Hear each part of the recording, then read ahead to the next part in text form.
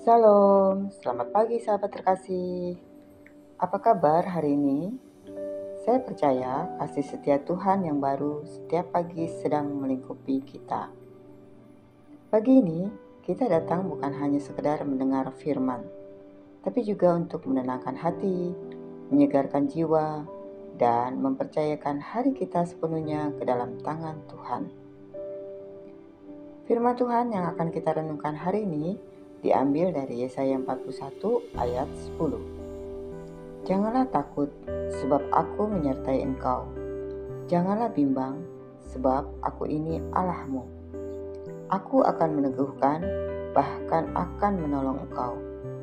Aku akan memegang engkau dengan tangan kananku yang membawa kemenangan. Ayat ini sering kita dengar, tapi mari kita gali lebih dalam. Semua orang pernah takut. Anak kecil takut gelap, orang dewasa takut masa depan, bahkan orang beriman pun bisa takut. Tetapi Tuhan membuka dengan kata, janganlah takut. Perintah ini muncul lebih dari 300 kali di Alkitab. Artinya, Tuhan tahu betapa seringnya manusia dikuasai ketakutan. Namun, alasannya jelas. Sebab aku menyertai engkau. Penyertaan Tuhan adalah jawaban bagi ketakutan kita. Mari kita bayangkan seorang anak berjalan melewati gang gelap. Ia ketakutan, tapi begitu ayahnya menggandeng tangannya, rasa takutnya hilang. Bukan karena gang itu jadi terang, tapi karena ada sosok yang dipercaya berjalan bersamanya. Itu pula kita. Tuhan tidak selalu langsung mengubah keadaan, tapi Ia hadir di dalamnya. Apakah yang membuat kita takut hari ini? Apakah kesehatan, masa depan keluarga, situasi pekerjaan? Mari kita ingat, kita tidak sendirian.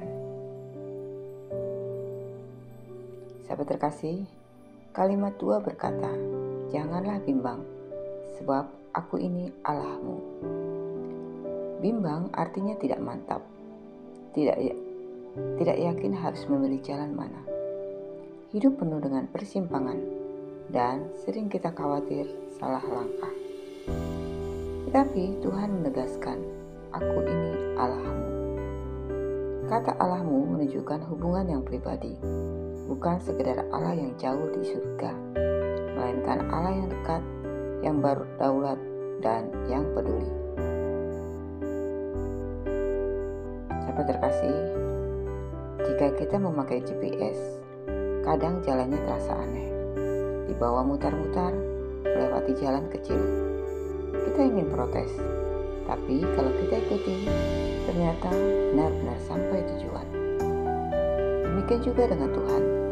Jalannya sering tidak sesuai rencana kita, tapi Dia tahu ujung perjalanan.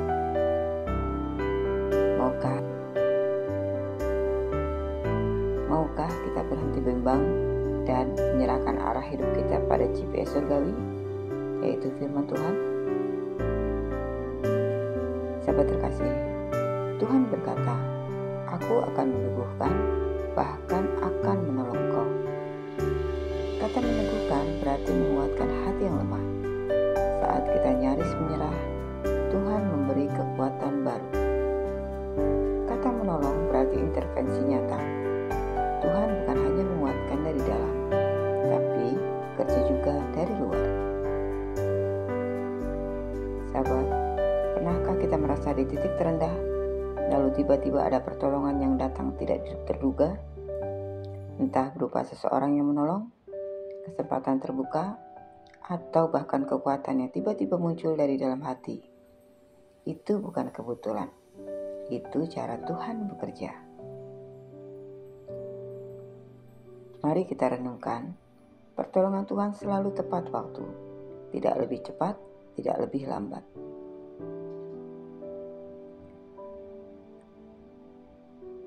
Ayat ditutup dengan janji, aku akan memegang engkau dengan tangan kananku yang membawa kemenangan. Tangan Tuhan melambangkan kekuatan, kuasa, dan otoritas.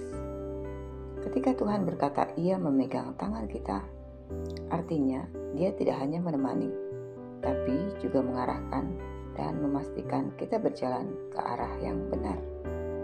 Bukan sekedar berjalan, tapi menuju kemenangan.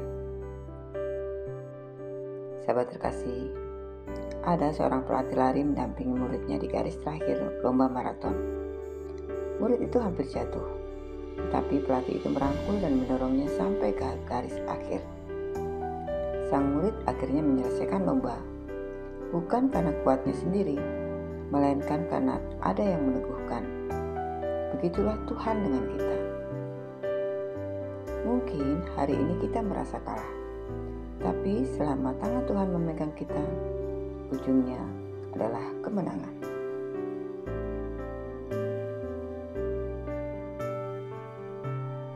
Sahabat terkasih, apa yang bisa kita lakukan hari ini berdasarkan janji Yesaya 41 ayat 10? Yang pertama, ubah ketakutan menjadi iman.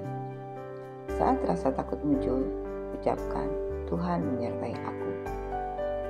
Yang kedua, ubah kebimbangan menjadi kepercayaan. Ambil keputusan bersama Tuhan, jangan menunggu semua jelas baru melangkah.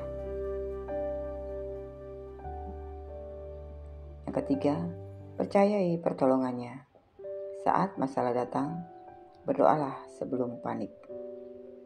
Yang keempat, pegang tangan Tuhan. Jangan lepaskan doa, firman, dan pengharapan.